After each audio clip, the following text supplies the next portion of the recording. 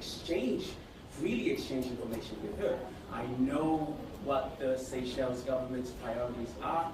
I have heard about the Blue Bond, that SWOT initiative, and that is something that has some importance as well to my government, and we've been able to kind of work on some of where we share our priorities. In fact, in the Oceans Omnibus resolutions that was happening at the UN, I was representing Kiribati, and Angelique, the Seychelles fellow, was representing Seychelles, and we got to have good dynamics there. We shared some ideas. Kiribati had a proposal. Because I know the position of Seychelles, I was able to effectively approach my fellow and ask for support, and that was good. We got our proposal in. I think that is a good illustration, a practical illustration of how building bridges can be effective, not only in understanding the country in itself and the policies that they vet out as priorities, but also in building bridges so that their priorities and our priorities can match, and we can support each other in this multilateral process. There was also one thing that happened during the course of our program, because each of us fellows were introduced to a process by which we worked with the Seychelles Ministry of Education or something, where they had a bunch of students on 6th day represent different countries. So there was a country, Kiribati was represented in this. So school children came, they dressed in Kiribati attire, they danced in Kiribati, they kind of followed what they need to do in Kiribati, dancing, and then they were judged. And I was pleasantly pleased at that. It was really good. It allowed me to learn about other cultures and other cultures to learn about mine, and I think that exchange, that free exchange was really important. I think the last point I wanted to make is that the youth today are emerging, and it's really heartening to know that. We see them now running for office, the Not So campaign, the Peace Boat, the SIDS Youth Hub, Action Hub. I think those are an illustration of the youth taking control, taking the narrative and leading it in their way, because it is their world after all. When all is done and dusted. So I think what I is that it's important to have that conversation. It's important across our region, across our countries, because we and especially youth,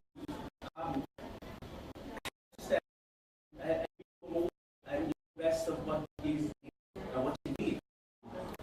So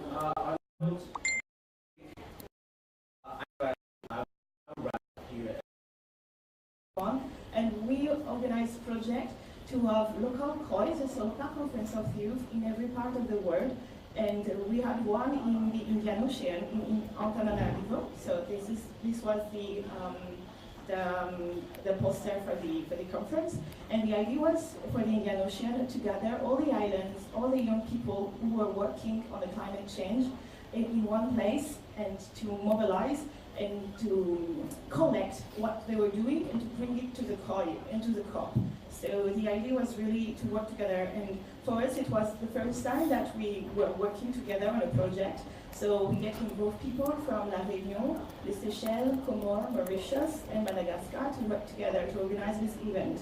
And at the end of this event, we felt so much energy. We were like the feelings of belonging was really, really vivid, that we decided to create this network together and to continue the project.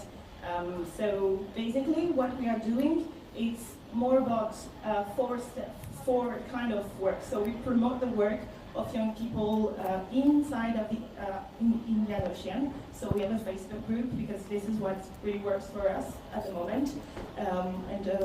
We try to also communicate about what we do at an international level. So this is the reason I am here. And we also accompany the member of the group for the project management. And we also do coordinate activities and take part in the COI organization. So COI again is Conference of Youth, organized every year prior to COP. And so we have organized the COI 11 and the COI 12 as the network. And we were thinking about how we can better gather all the people from the different islands. And we also want to build a strong network of experts in the Indian Ocean. So we have created a pool of young professionals to work and to answer to some I don't know how to say that in English, like when you receive a project and they're looking for experts to do analysis and stuff. So we advocate for the young people from the RCOE to do this together so they can learn how to work together, and we emphasize and we build a strong network of young experts. So this is what we do basically. And so we have organized many events together, but the real difficulty for us was we don't speak the same language in the Indian Ocean. And it was very difficult because at the moment we see that there is a huge, the biggest part of our members are French speaker, and at the moment we are trying to integrate more English speaker people. Maybe, can I have the, sorry, it's not working well, I don't know why. Okay, so. The idea is really to work together. And so, sorry, what I was saying. We want to build a strong network.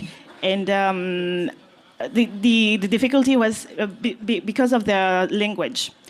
So we are at the moment trying to rebuild the network. And we have like 1,000 people in the network in the Indian Ocean working together, and not including, because it's a network based on associations, NGO from the Indian Ocean, but also from people, individual people. So the idea when we created this was to allow this to make it the most inclusive as possible. So you didn't have to pay, because we don't ask for fees. It's like a free network for everybody, and it's only volunteer-based. So everything that we do this on a volunteer basis, and we look for funds only if we have a specific project like the COP.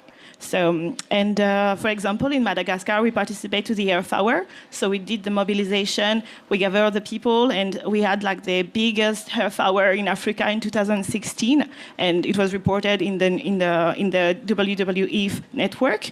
And we also do some other projects, for example, so because I'm from Madagascar, so other projects in Madagascar includes the creation with the FES, the Friedrich Ebert-Stinkfund, of a training project for young climate leaders.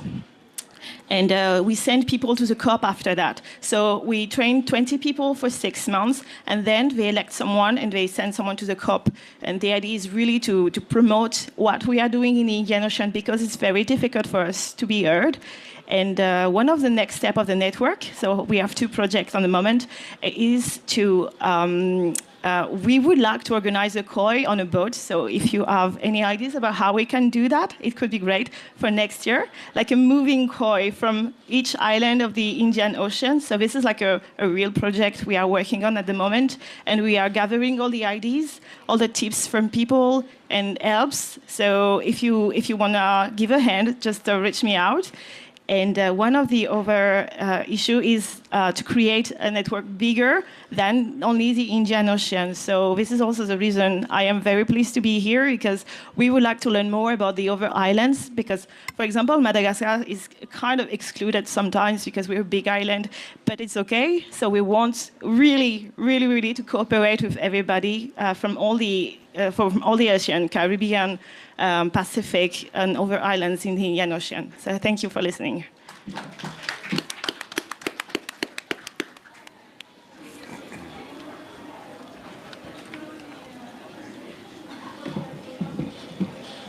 Good morning, everybody. My name is Shantana, and I'm from the Seychelles.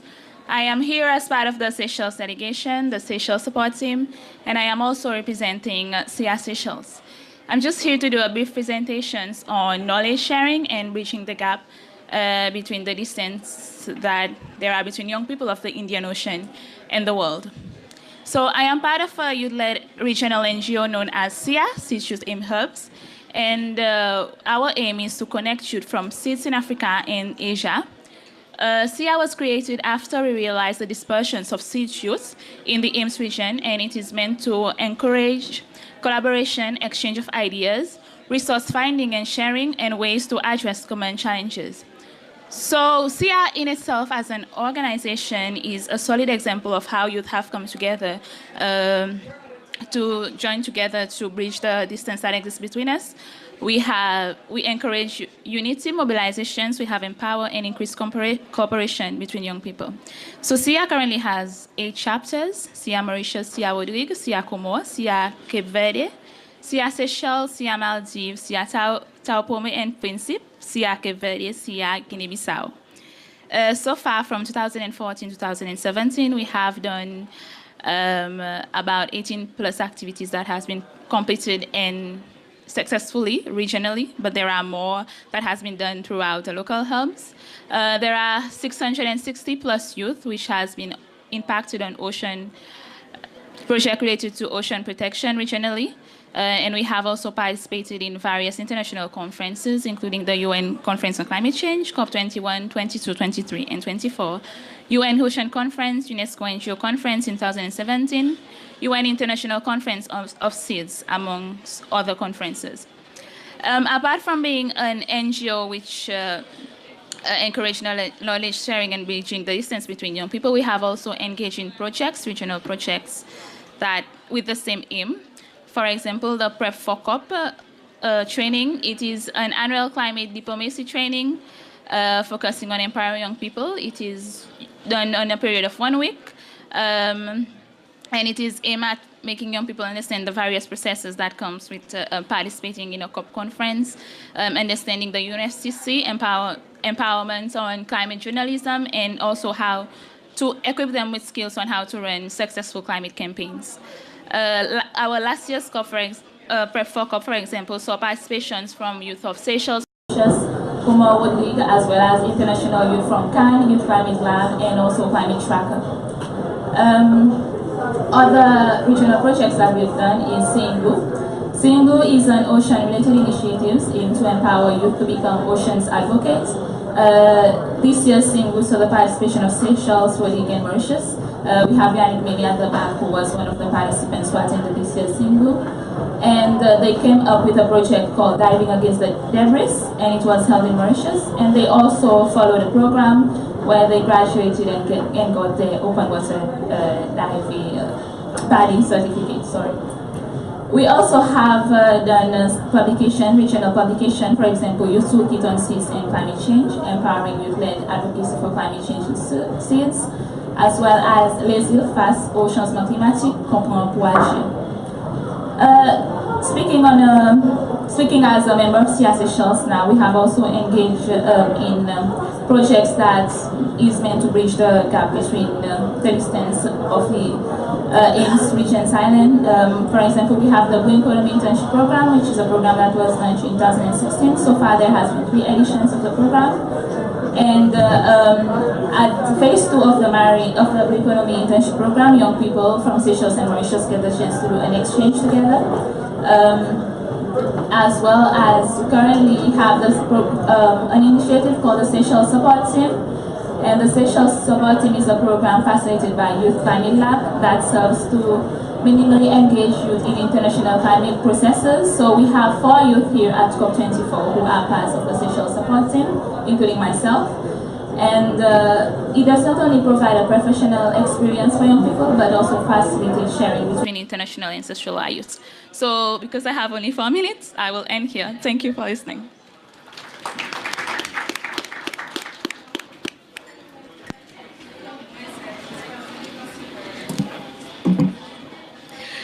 Good morning and Bula Vinaka, everyone. My name is Genevieve Jiva, and I am from Fiji. I'm currently the Pacific Islands Climate Action Network Coordinator. PCAN is a regional alliance of non-government organizations, civil society organizations, social movements, and community groups from the Pacific, working on various aspects of climate change, disaster risk and response, and sustainable development. Today, I'm going to speak to you about my experience as part of a Peacebuild youth program focused on capacity building and partnerships. This program is the Ocean and Climate Youth Ambassador Program, which brings together young leaders from large ocean states to learn from each other, build networks, and share our realities of climate change and ocean degradation with the world. This year, I joined the program with young leaders from Palau, Timor-Leste, Singapore, Barbados, Seychelles, and Mauritius. And we traveled on Peace Boat from Europe to New York, advocating on the importance of urgent action to address the impacts of climate change. The program brought us together, providing a foundation of friendship and collaboration that we are now building on. And to me, one of the most important takeaways from a program like this is knowing that you are not alone. That there are people all over the world, different countries, ages, backgrounds, education, but fighting for the same goal, a greener and cleaner future for all. And I'm just gonna do a quick plug while I'm here. Today, the Peace Boat is launching the next Ocean and Climate Youth Ambassador Program. So please look out for it and please apply because it is an incredible, life-changing experience. Thank you.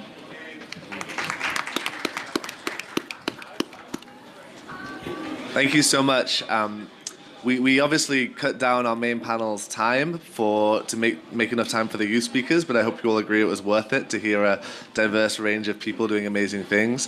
I'll also say that we did invite young people from the Caribbean, but unfortunately this week we weren't able to get in touch with any delegates, but there is an organization, the Caribbean Youth Environment Network, that facilitates youth engagement projects across that region and has an annual trip where they bring young people from across the region to a host nation to explore issues. So that's another organization that's worth looking out for. We'll now go to this panel here, so from left to right, starting with UnaMay, and we'll talk a little bit about what regional organizations and national delegations are also doing to facilitate knowledge sharing, and I'd welcome you also to comment on any of the presentations that have just gone ahead. So about 5 minutes each will be wonderful. Thank you. Thank you, James. And morning, everyone. And thanks to the youth. I was just saying to my fellow panelists, I love the youth. They're fearless advocates for what we do. Let me apologize on behalf of the CYEN. Janelle will be here next week. We just had visa issues this week. So she comes in tomorrow, so she missed the panel.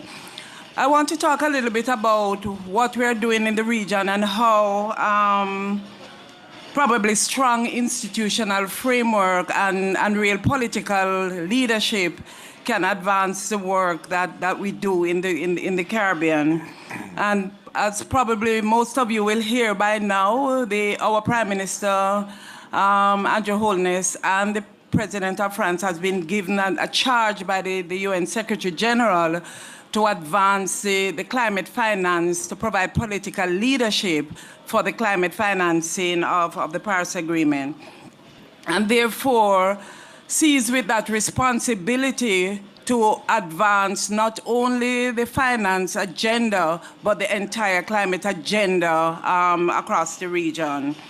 As you know, in the region is a group of small island states, and we have the CARICOM Secretariat, and therefore many years ago, because of the energy, we live our life in seeds around energy, and we structure our life around energy. And so many years ago, when we realized that almost 70–80% of the economies of the region was going towards purchasing energy for survival, the CARICOM Secretariat created an energy unit within the region and developed a CARICOM energy policy.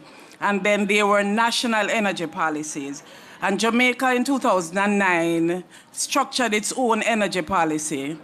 In that regard, when we went into Paris and the NDCs were created, our NDC was vested in our energy policy, and the ambition level that was set was vested in the NDC, and therefore the charge for transition came out of that. A couple of weeks ago, the Prime Minister, in the energy policy, we committed to 30% renewables by 2025.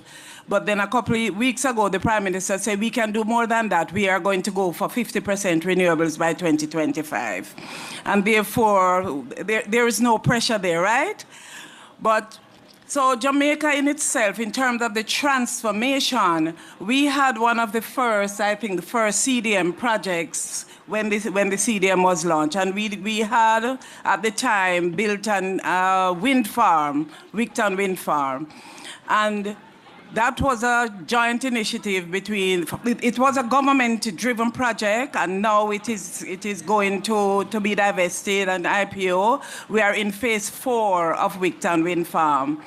But because of that, and because of that CDM project, it gave the government the impetus to look at public-private partnership and creating the enabling framework for public-private partnership and leadership for investment in the renewable energy sector. And today we have a number of private sector companies investing themselves in the energy mix in Jamaica. We have the solar farm, Content Solar Farm, who just established a 1,000 solar panel farm and is selling energy to the grid. And then we have Blue Mountain Solar Farm, who is also selling power to the grid. This is a public-private partnership. They went to the international financial market to look for money for themselves to establish these farms.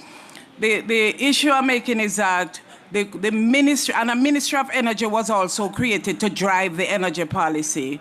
So with strong institutional framework coming from the CARICOM Secretariat down to the level of the countries, and then the strong political leadership where there was a Ministry of Energy with a dedicated ministry, the energy transformation in Jamaica is being driven. And as I said, a couple weeks ago, we established on the Office of the Prime Minister in Jamaica the first renewable energy. So the Office of the Prime Minister now, thanks to James and his team, is being driven by renewable energy, signaling higher level of political commitment and leadership to drive the energy transformation. I'll stop there and take the questions.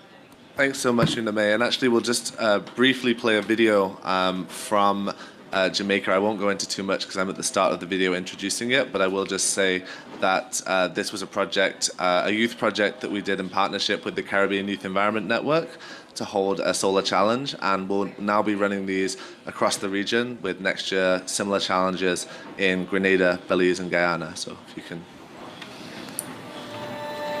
Small island developing states like Jamaica are really embracing renewable energy as part of their plans to become decarbonized in the coming decades. This year we ran the Jamaica Solar Challenge in partnership with local youth groups, which invited young people from across Jamaica to create innovative communications projects to tell their communities about the benefits of renewable energy. Renewable energy for Jamaica. Invest in this and we'll be safe. The future, it is what we make. Cut down gas to electricity rate. The solar energy Jamaica, hydroelectric wind energy too. Just listen to the words of the song Ryan they tell you. Oh yeah. In a Jamaica we too fortunate. Right through the year, no sunshine we a get. You not to fret, get your panel set up, then collect. Then make sure you tell a friend how you happy if you see your light bill again. Make your friend tell a friend so we can better the economy then. Oh yeah, Jamaica light bill too much. It need the renewable energy touch. So we gonna save the country. Make we use renewable energy. Sunshine we get every day. Breeze a blow same way. So we gonna save the country. Make we use renewable energy. Sunshine we get every day. Breeze a blow same way.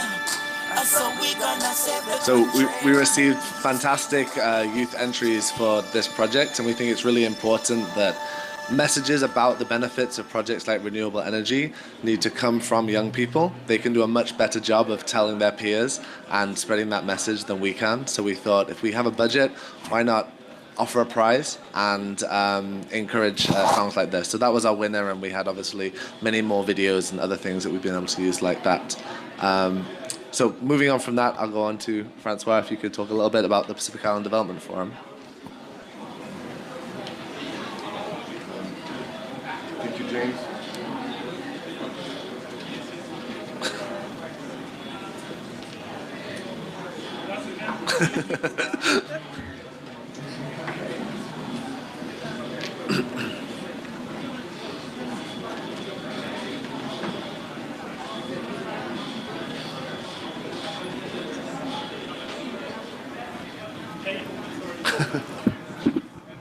It does work. Yeah, thank you very much.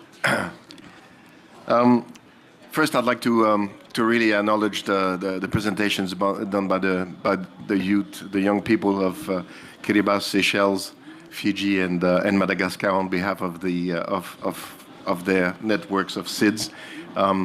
Just recently, the Pacific Islands Development Forum held in Fiji at Talanoa for youth engagement in SDGs. And we were actually stunned and surprised that we invited 20 youth group leaders that were focusing on not only on climate but also on environment, focusing on health, focusing on LGBT, focusing on issues related to enforcement of legislation in terms of corruption, anti-corruption. So it was actually quite stimulating. And we will publish very shortly a report on what was actually achieved during the Talanoa.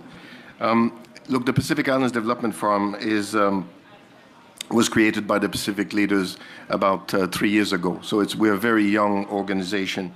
We now have 14 members, and we are a multi-stakeholder and an intergovernmental organization at the same time, which is kind of quite unique. We were designed as a SIDS and as a Global South organization, but it's also a unique Pacific partnership in itself because of our multi-stakeholder from decision-making to implementation. Our strategic approach to partnership is guided by our mandate. It's threefold. The first one is that we foster multi-stakeholder engagement.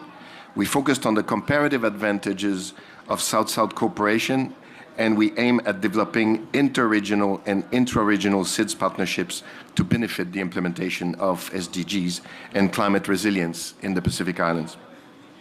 So in developing genuine partnerships and knowledge sharing between small islands developing states, there are some key elements here that I want to bring up.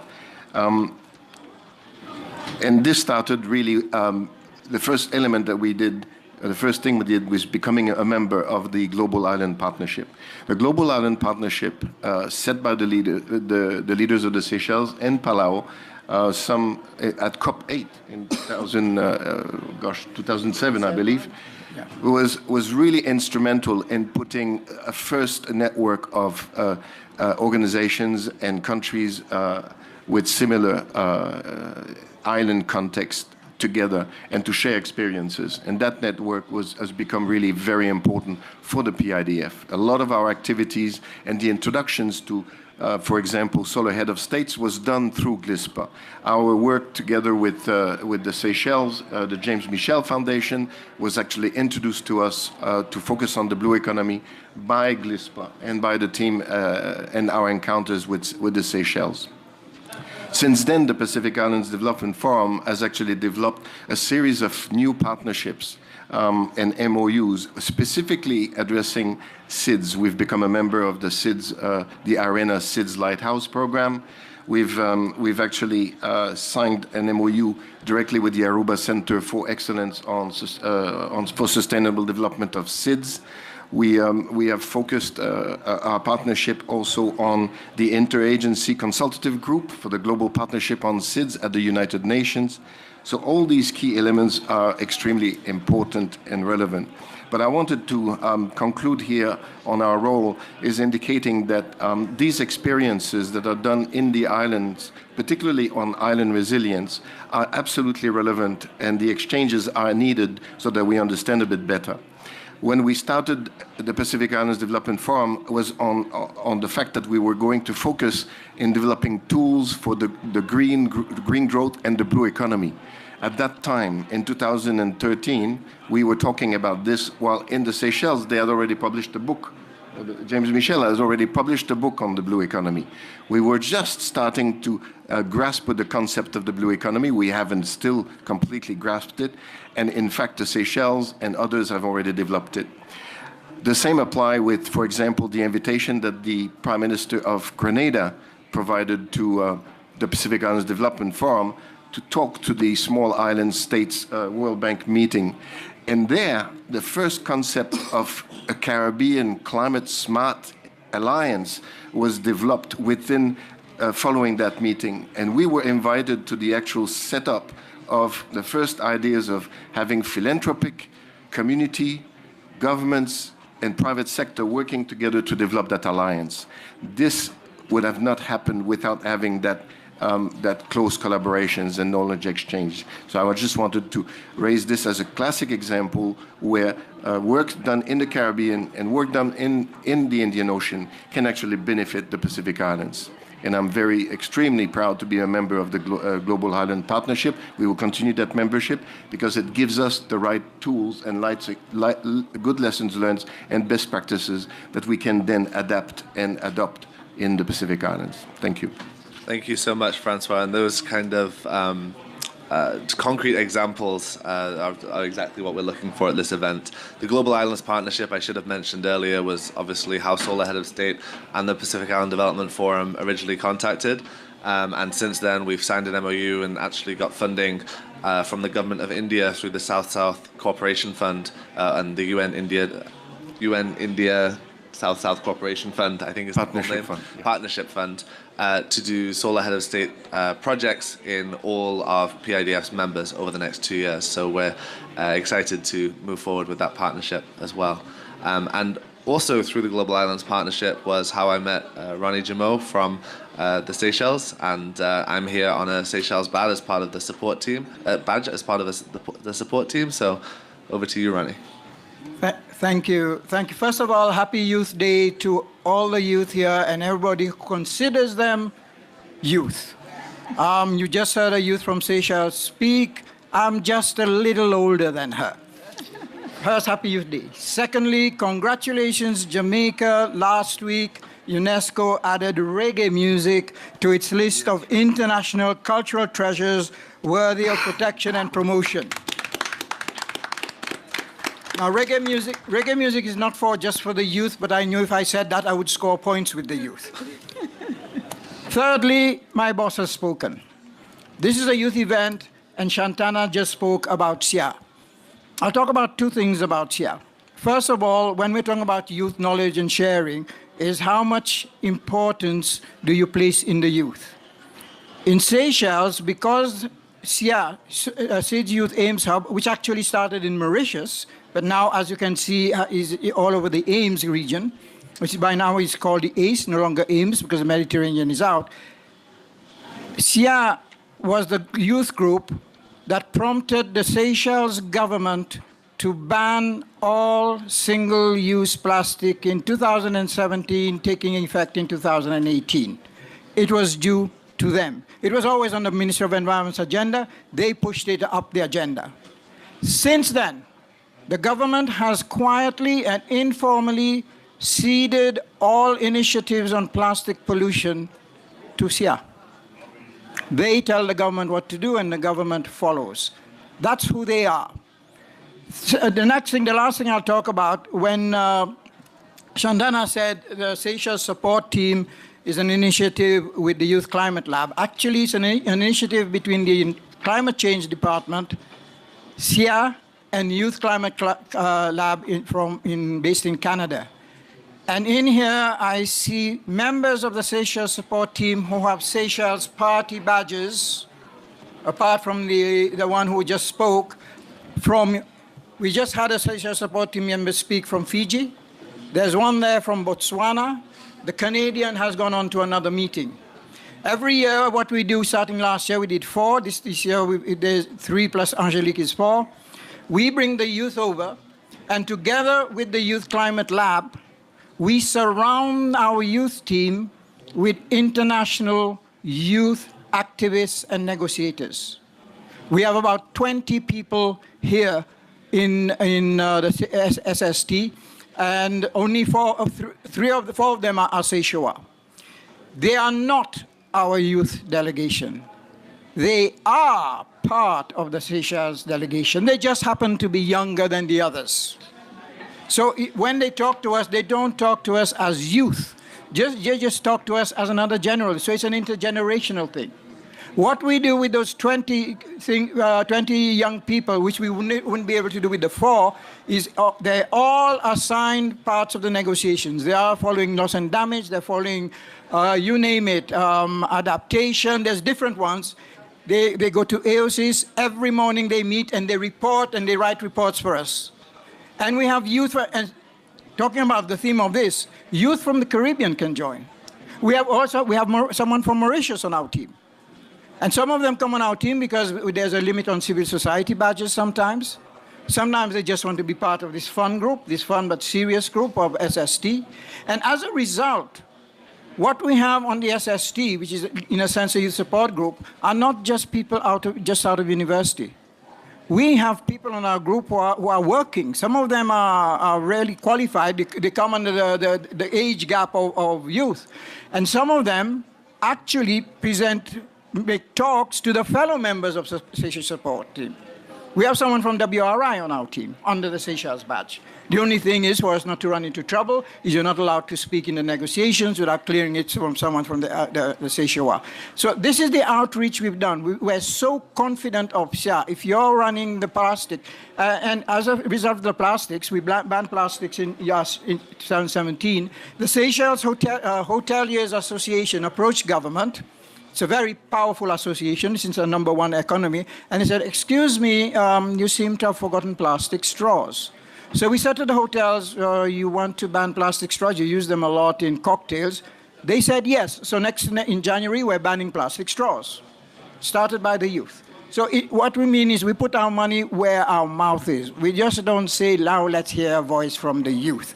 It's the youth telling us in certain issues where they think we should go. I think I should stop there, otherwise I'll go on forever. Thank you.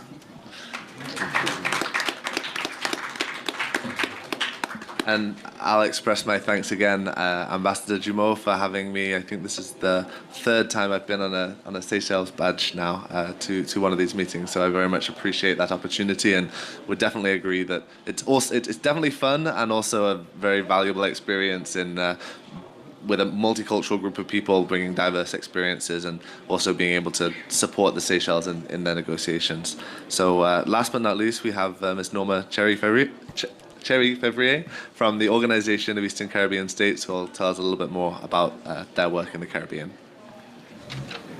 Thank you, James, and good morning, everyone. Let me first of all congratulate the youth on their very excellent presentations and encourage them to continue the good work.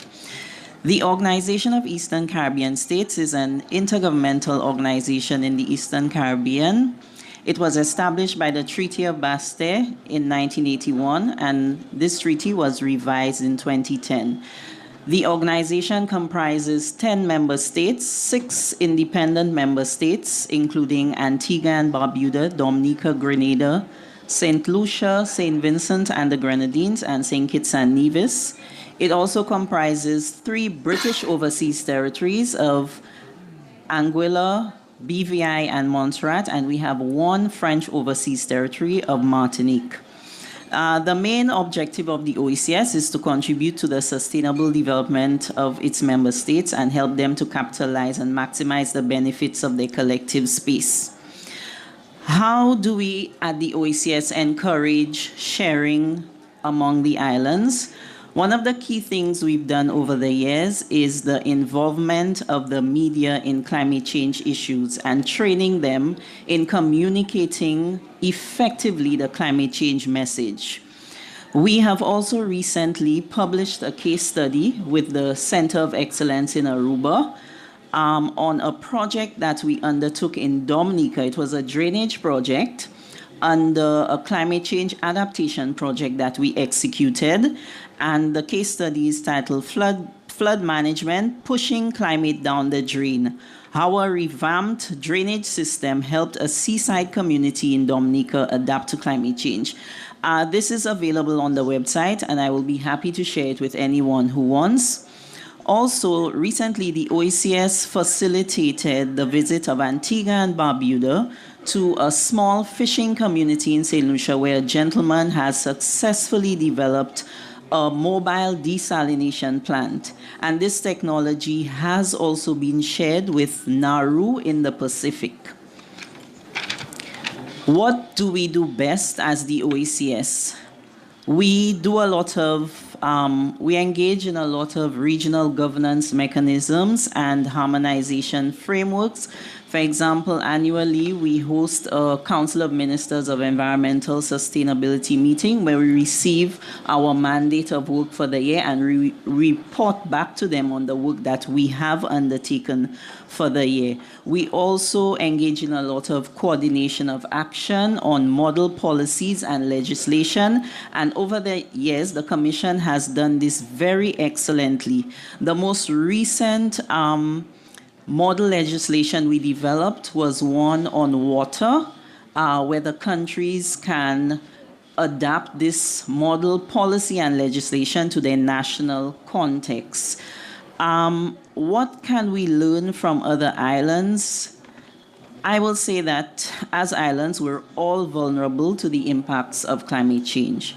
Therefore, we need to share and we need to collaborate. We need to learn lessons from each other, especially with the challenges and risks associated with project implementation in the 3 regions that we could share with others in the other regions.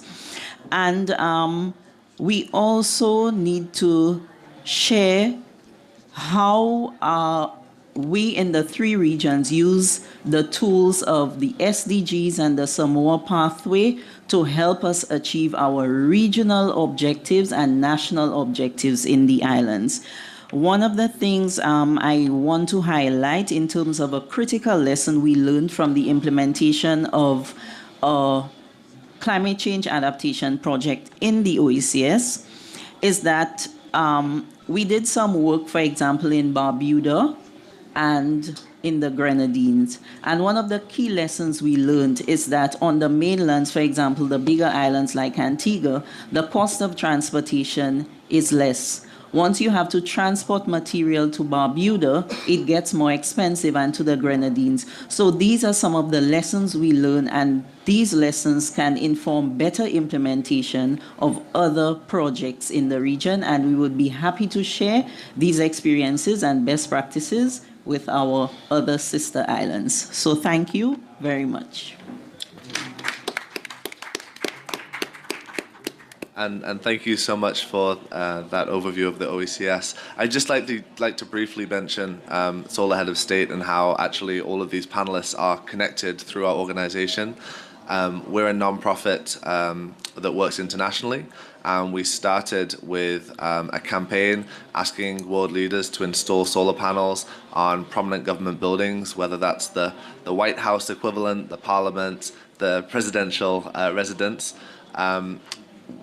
Our first project was in the Maldives under the President Mohammed Nasheed. We're pleased to say that he's also back here again next week representing the Maldives, as he was one of the foremost environmentalists in that country.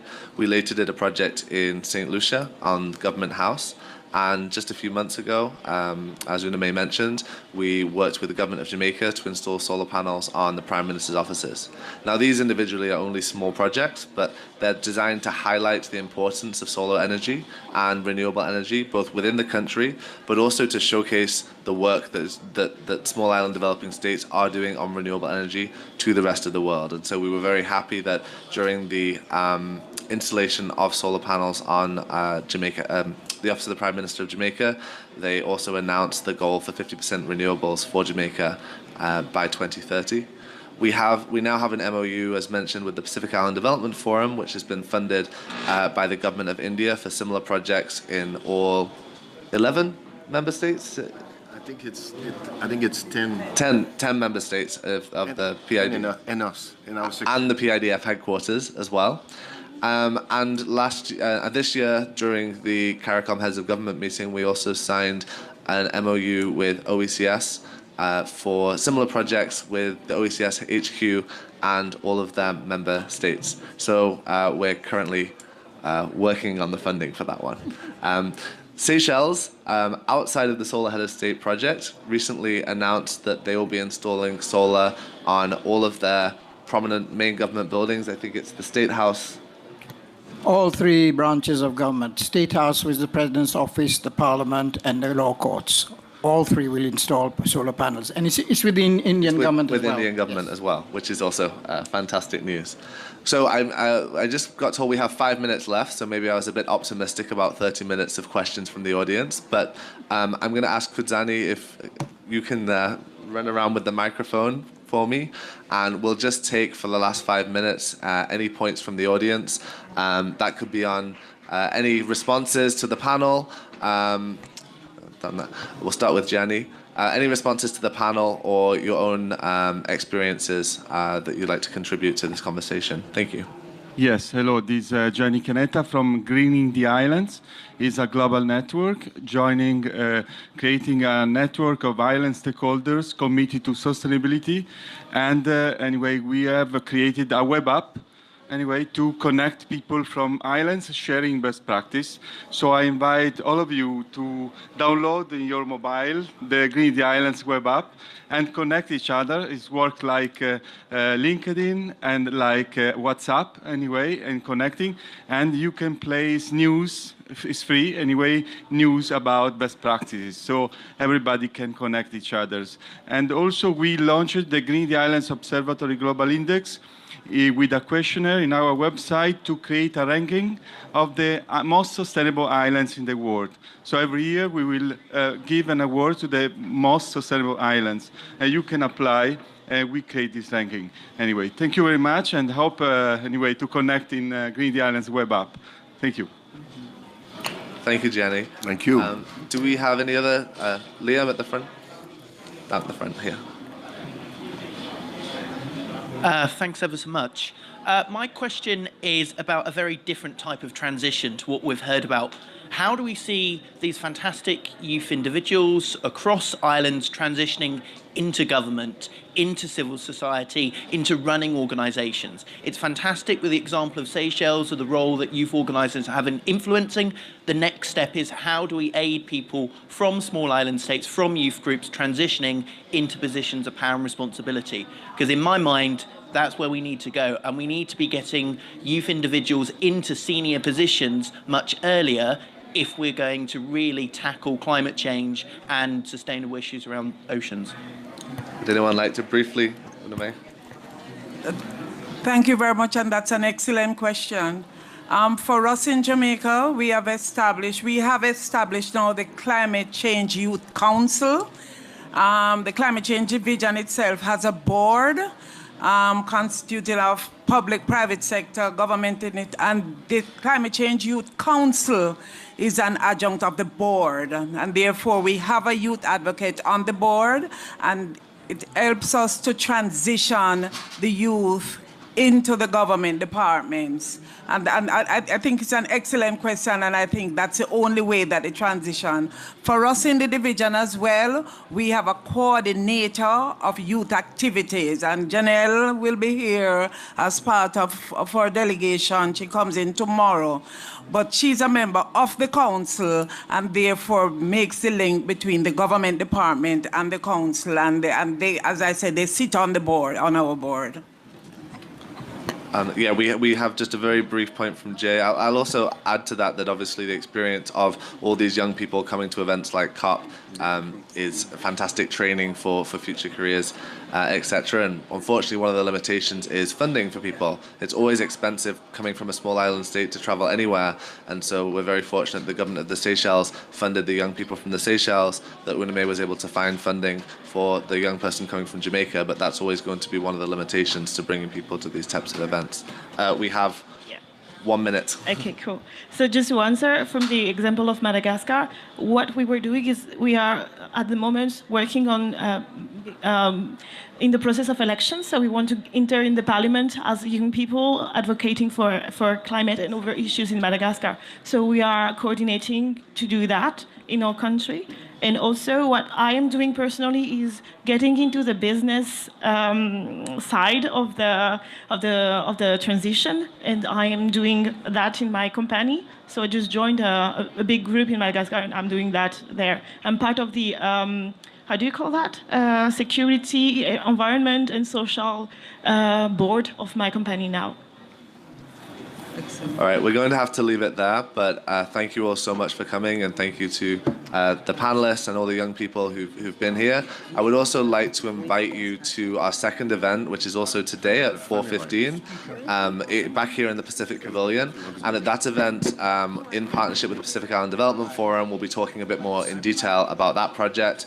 We'll have a representative from the United Nations South-South Cooperation Office who'll be talking about their role, and also someone from the government of India and the importance that India sees in supporting small island states. So that's 4:15 back here, and I hope to see you then.